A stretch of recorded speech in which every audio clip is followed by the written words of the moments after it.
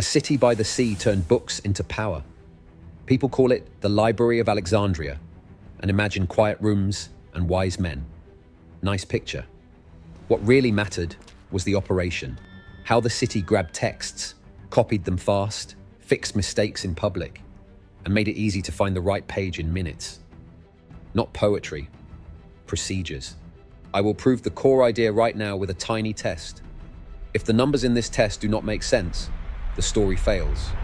Imagine 10 ships enter the harbor in one slow day. Only 2 ships carry any books at all. Each of those 2 ships brings a chest with 20 rolls. That is 40 rolls that the customs desk can take for copying. Even if half are junk, half are useful. That is 20 good rolls. Now imagine a copy room with 20 pairs of scribes. A trained pair can copy 3 simple rolls a day when the writing is straight prose. That is 60 rolls in a day. The inflow is 20. The outflow is 60. The city can keep up. The policy scales. If those numbers work on a slow day, the system does not choke on a busy week. It just adds more pairs. You do not need faith to accept this. You need to look at the columns. Here is how it actually felt. A ship tied up at the quay. A worker carried a chest to a desk. A clerk opened it and wrote the titles on a board. If a title was missing, he wrote the first line of the text instead, because opening lines do not lie the way titles do. He added a wax tag with a docket number. The chest went to the museum side, which was the working floor. The owner got a receipt that promised a return. The return might not be the exact same physical roll. Often, the state kept the original and gave back a new copy on better papyrus. Harsh. Yes. Useful. Also, yes.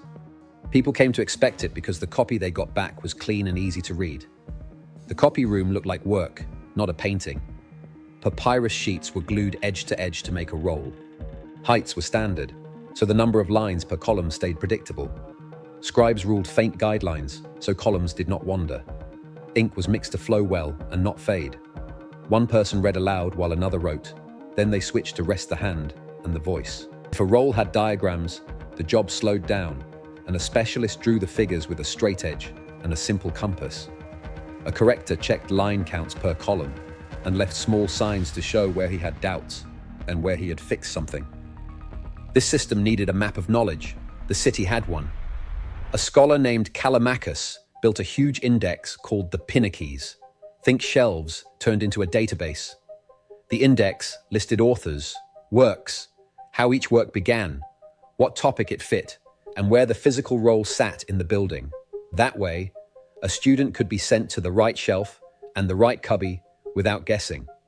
You cannot use a giant collection if you cannot find anything in it under 5 minutes. Alexandria made finding part of thinking. Let us do a quick math check on throughput, so you see the logic again with different numbers. Take a week with 60 ship arrivals. Be strict and say only 6 of those ships bring texts. 20 rolls per ship. That is 120 rolls in. Half are already in the collection and just need a quick check. So 60 need full copy work. 20 pairs at 3 rolls per day can make 60 rolls in 1 day. But copying slows for technical works, so cut the rate in half to be safe. Now 30 rolls in a day. Over a 5-day week, that is 150 rolls. Demand is 60. Supply is 150. Even with slowdowns, the pipeline clears. What makes this work is not magic hands. It is the boring. I don't ever slow up, no I don't take shit. I got no love for the fakeness. If you wanna play tough and wanna hate this, I'll always show up. I don't ever slow up, no I don't take shit. I got no love for the fakeness. If you wanna play tough and wanna hate this, I'll always show up and make a statement. I don't ever slow up, no I don't take shit. I got no love for the fakeness. If you wanna play tough and wanna hate this, I'll always show up and make a statement. Everything I do so instinctive and so passionate. Every word I move so descriptive like an adjective. I got a vendetta against people who patented being negative when you detour into a cul-de-sac on purpose. Editors in Alexandria wanted a correct version of Homer. They made clean additions with signs in the margins. One sign called an obolos marked lines that looked fake. Another sign called a dipple pointed to useful notes. The room looked smart. Then a new copy from a ship disagreed with a reading the editors loved. The shiny signs could not hide the fact that two sources did not match. The team had to face the disagreement in public and explain their choice in the margin. The beautiful system hit a wall and then did the right thing. It wrote the doubt down. That is how you keep trust. You show the seam. Switch your point of view for a minute. Stop watching the scholars. You are the logistics officer for the museum. Your job is to keep the machine moving. You group scribes in pairs. One reads, one writes, then switch. You set a maximum number of hours before accuracy drops. You standardize the hand style so every letter shape is clear. You route smelly, wrinkled rolls to a restoration bench to be cleaned and flattened before anyone wastes a day trying to copy through folds. You pre-print small slips with opening lines and shelf marks to glue to the outer edge of a roll so a librarian can pull the right one without unwrapping 5 wrong ones. You are not chasing glory. You are removing friction. And removing friction is the point. People argue about fires and losses. It is true, over centuries, several disasters hit the city.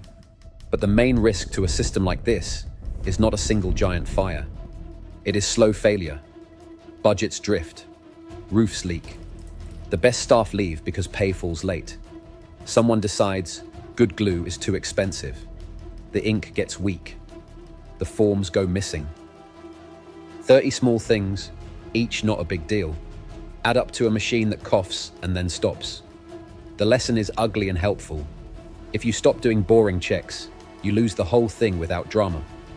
Alexandria worked when it made boredom sacred. Let us make the work feel real, with a small, clear scene you can picture. A clerk stands at a tall desk. On it is a roll with faint ruled lines. He reads out a line. So-and-so, son of so-and-so, begins thus. The scribe writes, keeping each line inside the guides. The corrector counts the lines in each column and checks the margin width. If a column is too short or too long, that is a sign the scribe skipped a line or doubled one. He marks the spot. Later, another scribe reads those 2 lines against the original and fixes the error. No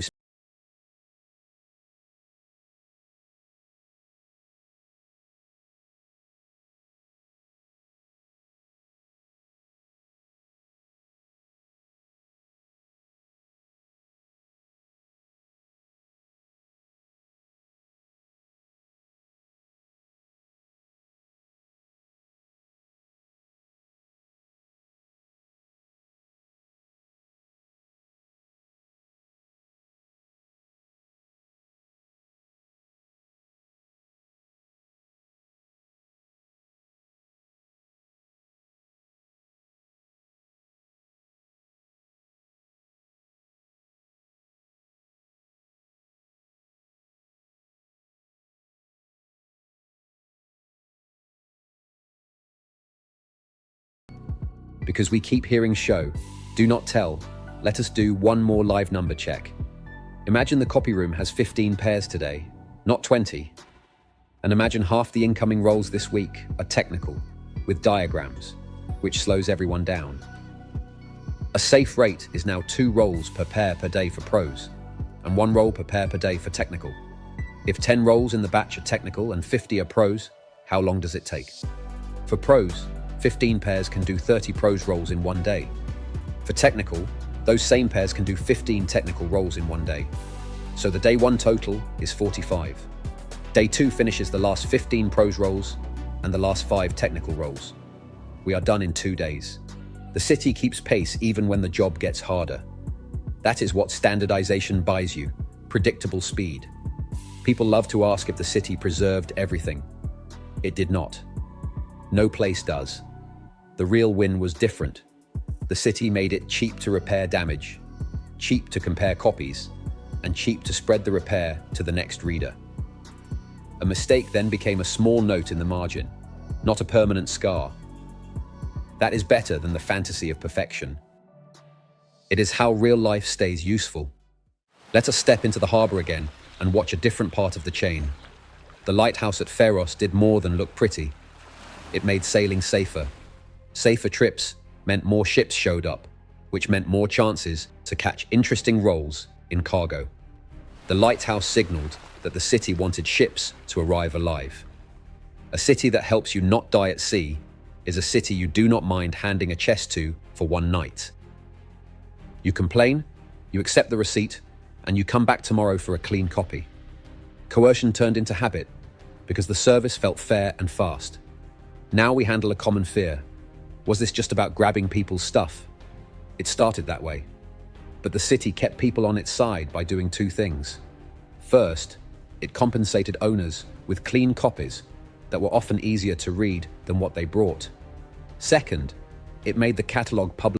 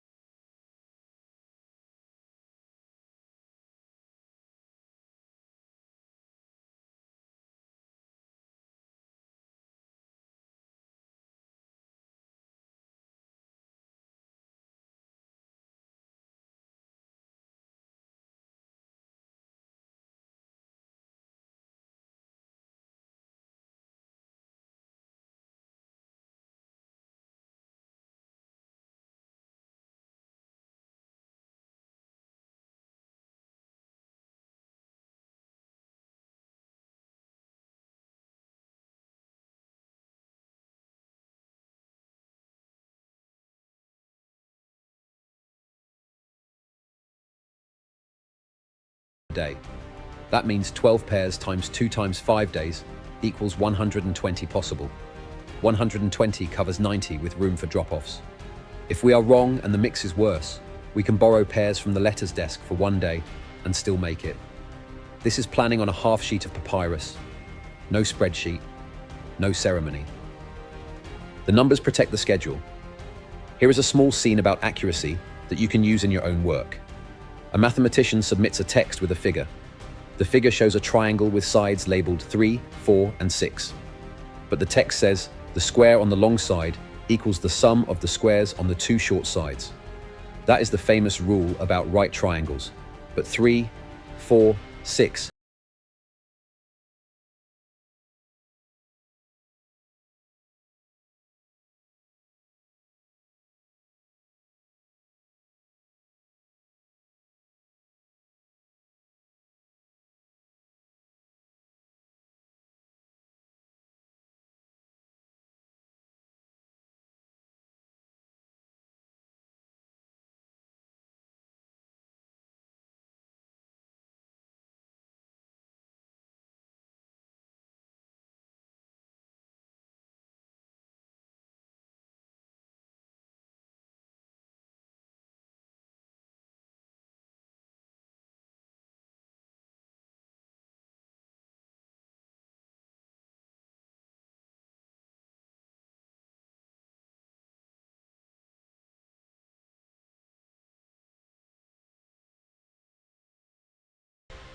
That is how a system wins, not by making you love it, but by making your life easier, even when you do not care about its goals.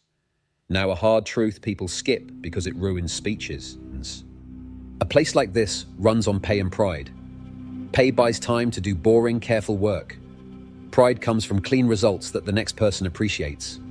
When pay slips and pride is mocked, the best hands stop trying. The fix is not a poem. It is a calendar and a ledger. Pay on time, post the standards, audit the rooms, praise the quiet wins. Shame neglect, not doubt. That is how a copy culture outlives a king. We will close with a simple rule you can check with your own eyes. Outcome first, then source, then label the seam, then share the fix. Alexandria did all four often enough to matter. It showed outcomes by using books to make tools and lessons. It tracked sources with the pinnakeys. It labeled seams with margin signs. It shared fixes with copies that moved through the city and out to the provinces. That is why people who never saw the museum still learn to write like its scribes. Behavior spreads when it saves time and saves face. You do not need to love kings to respect a system that makes repair cheap. You do not need to believe in heroes to admit that a city can get smart by doing small things right in rows. For years. The harbour rule, the copy pairs, the in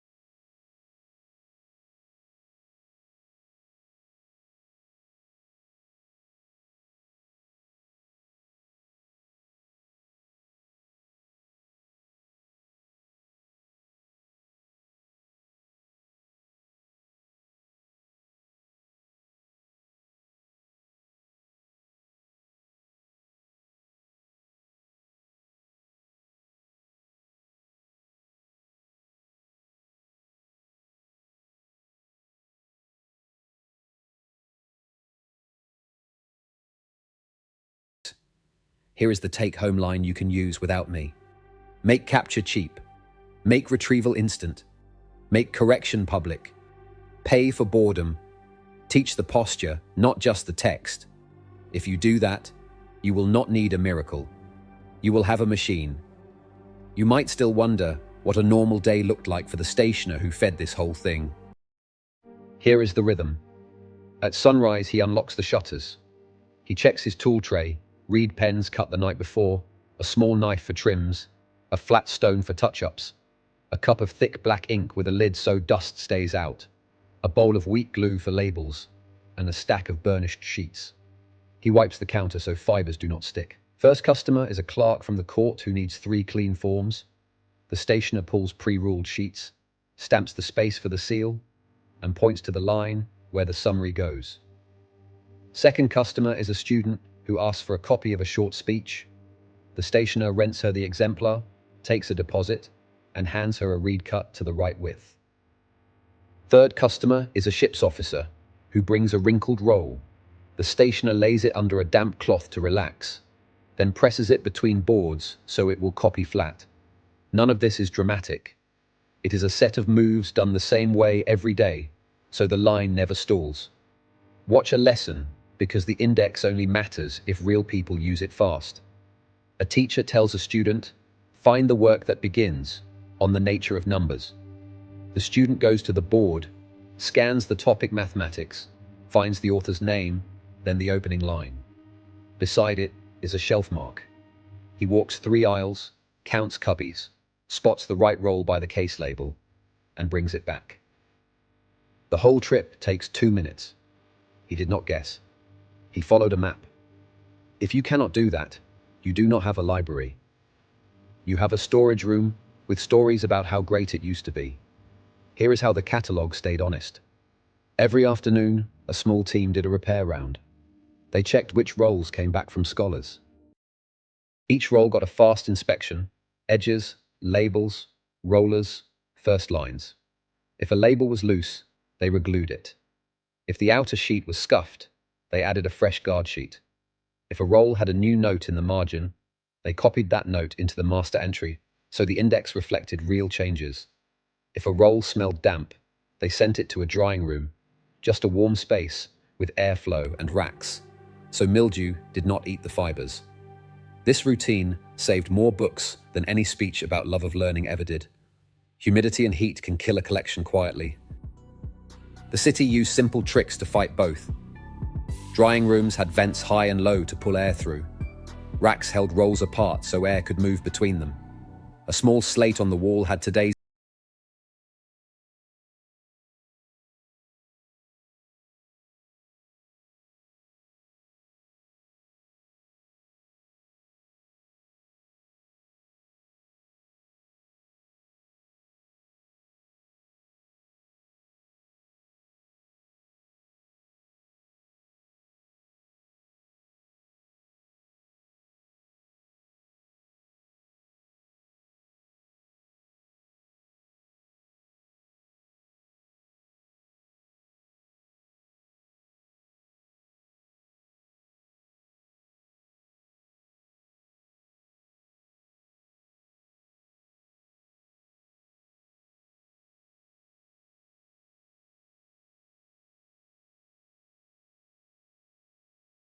to push the rate to 26 per day, or he can drop the letters desk for 1 day and borrow 4 pairs to make 18 pairs total, which at 2 per pair gives 36 per day and finishes early.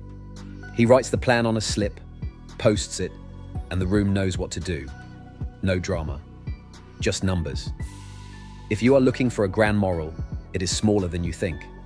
The reason Alexandria mattered was not because it owned the most books at one moment. It mattered because it turned books into a working system, fast capture, clean copies, visible doubt, quick repair, and instant retrieval. That is what makes knowledge useful to normal people. That is also what makes a city hard to fool. So here is your pocket rule, one more time, because repetition is how people learn. Make capture cheap, make retrieval instant, make correction public, pay for boredom. Teach the posture, not just the text. Do that, and you build something that outlives speeches.